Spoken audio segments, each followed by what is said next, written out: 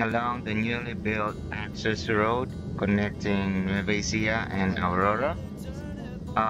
The drive here is a pleasant experience. There's no traffic, very few vehicles pass by, and the road is wide and well paved. The uphill sections are gentle and not as steep compared to the old route to Aurora, making the drive much smoother. Uh, the scenery is absolutely stunning. You are surrounded by lush green mountains. Their peaks often draped in clouds. The weather is refreshingly cool. Sunlight is filtered through cloud cover, making the temperature comfortable and far from hot. From here, you can clearly see the Sierra Madre Mountains, the long, rugged backbone of eastern Luzon.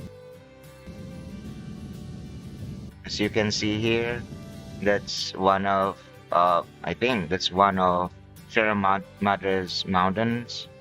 Um, Along the way, we've likely passed some of Nueva Ecia's lesser known ridges, um, though many of them are unnamed on maps. Locals refer to them as Mount Sawi, Mount 387, Mount Lakay, and Mount Labi. We also passed through Barangay Labi Labi, which seems to be a key landmark and a convenient entry point to this scenic access road. Um, I believe we still have about an hour and a half left to reach our destination.